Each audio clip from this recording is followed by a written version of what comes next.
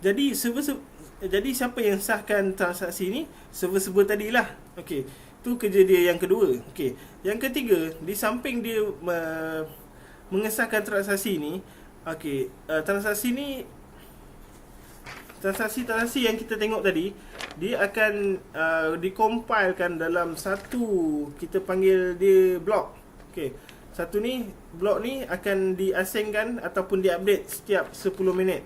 Okay, jadi pada penghujung dia nanti, penghujung sini, komputer-komputer tu dia akan bersaing untuk menjawab. Akan ada satu soalan, lebih kurang soalan algoritma dan matematik dalam bentuk algoritma.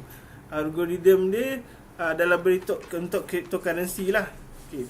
Jadi siapa yang dapat selesaikan soalan tu dulu, okay, dia akan dapat reward Bitcoin. Bitcoin yang mana? Bitcoin yang 21 juta tadi yang telah ditanam. Okay, macam tu lah macam mana Bitcoin akan keluar.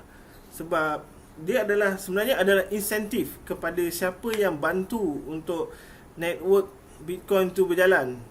Jadi bila banyak komputer yang bantu, jadi Bitcoin tu adalah independent, iaitu dia boleh bergerak secara sendiri.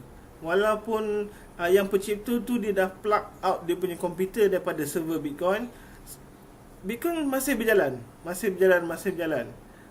Dan untuk macam mana nak buatkan terus berjalan adalah dia ciptakan satu sistem reward, di mana siapa yang bantu dia akan dapat Bitcoin percuma, iaitu yang fresh daripada 21 juta tadi. Dia akan keluar sedikit demi sedikit.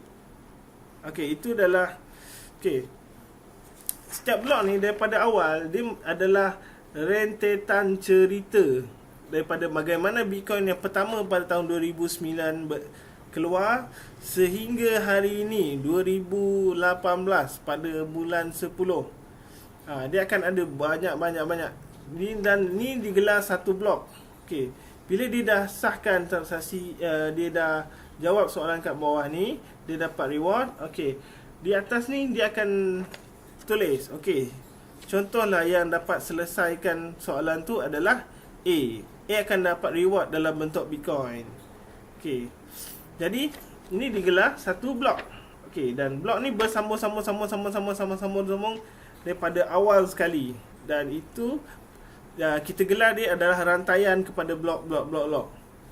Okey. Jadi dia akan jadi kepada blockchain. Itu adalah bagaimana blockchain mendapat namanya, rantaian blok. Okay.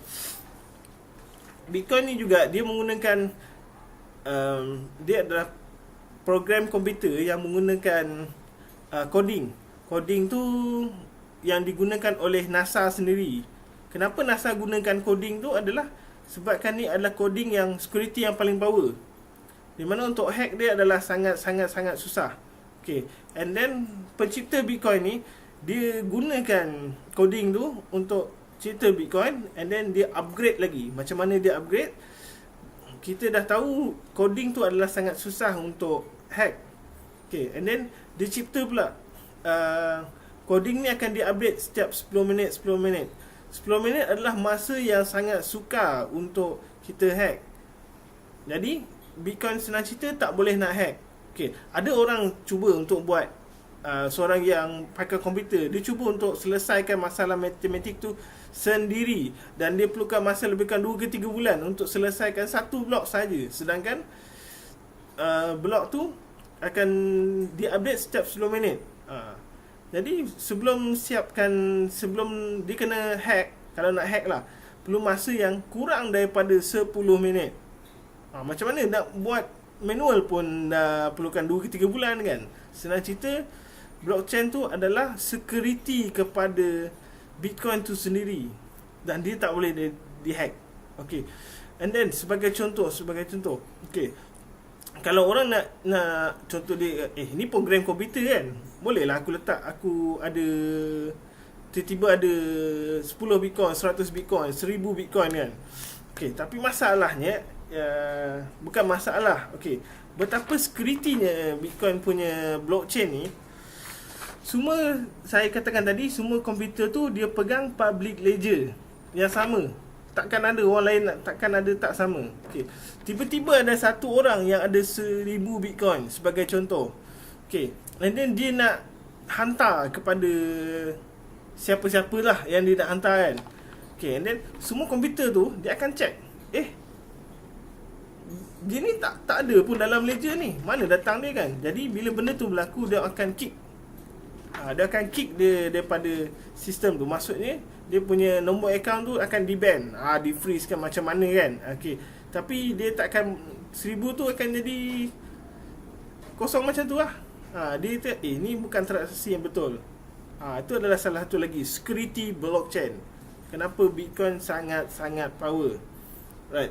And then lagi satu, Bitcoin ni dia punya konsep adalah sangat-sangat telus, di mana kita boleh tengok, kalau kita tahu orang tu punya Bitcoin wallet ataupun nombor akaun Bitcoin dia, kita boleh tengok apa yang terjadi, berapa yang Bitcoin yang dia ada, berapa Bitcoin yang dia pernah ada.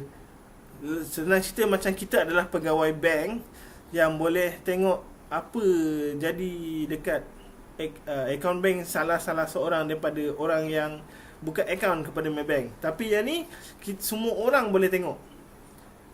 Tu adalah sangat-sangat telus. Jadi Bitcoin tak ada konsep menipu. Tak akan ada orang boleh tipu dalam Bitcoin. Okay. Dan ini menyebabkan orang ada sense of belief. Okay. Okay. Orang ni kata dia pernah beli 200 Bitcoin kan. Okay, tunjuk wallet. Tengok, alah, tak pernah ada pun kan. Jadi takkan ada penipuan yang boleh berlaku. Bitcoin adalah proof ataupun pakar-pakar menggelar blockchain ni, blockchain never lie. Alright, itu adalah salah satu ilmu tentang Bitcoin yang anda perlu tahu.